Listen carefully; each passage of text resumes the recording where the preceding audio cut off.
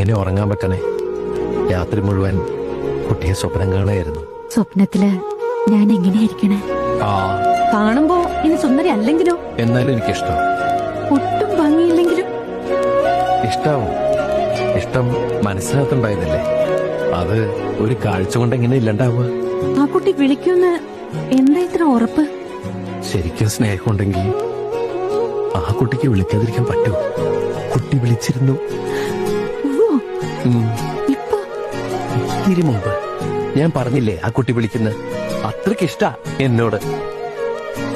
Rank മേടിക്കുമ്പോ എന്നെ കാണാൻ വരാന്നും പറഞ്ഞു.